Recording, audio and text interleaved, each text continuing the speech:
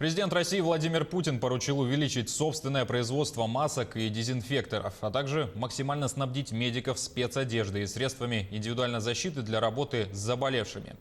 В свою очередь, якутский технопарк готов использовать инновации в борьбе с COVID-19. Сегодня он передал маски и респираторы для врачей детской инфекционной клинической больницы.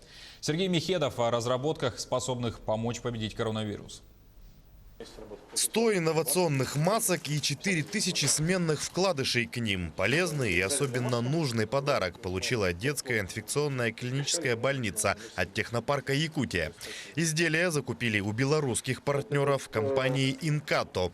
Сменный вкладыш маски можно использовать до 3-5 дней за счет большой обеззараживающей поверхности. Средства индивидуальной защиты уходят очень быстро.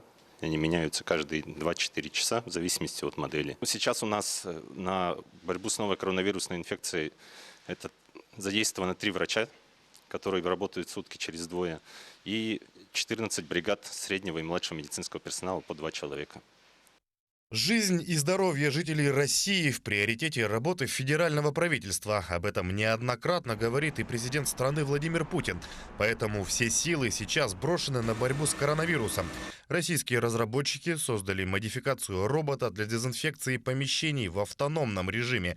Между тем, в Якутии уже существует похожая машина, сделанная местными изобретателями. Робот «Видроид» изначально задумали для уборки помещений. Таких роботов в наличии около 20, и они тоже готовы дезинфицировать. И мы считаем, что вполне этот робот может быть использоваться как раз для очистки помещений, для дезинфекции. То есть если зарядить его, допустим, хлором, он может мыть эти помещения, зараженные, допустим, хлором, удаленно, то есть без участия человека. Вообще, разработки IT-парка «Якутия» практически с самого начала пандемии применяют на практике. Резиденты продолжают подключать свои ресурсы, и многие из нас пользуются продуктами технопарка ежедневно, даже не подозревая об этом. Сайт «Стоп коронавирус» делают наши резиденты. Да? Компания «Хатутент» шьет маски такие одноразовые, обычные. Компания «Артигати Хемистри» занимается производством антисептика. Наши резиденты сейчас работают активно. Полученные многоразовые респираторные маски будут использовать медики, ведь помощь врачам, а они на передовой в сражении с COVID-19 – одна из главных задач практически всех производителей в республике. И в борьбе с новым вирусом без инноваций точно не обойтись.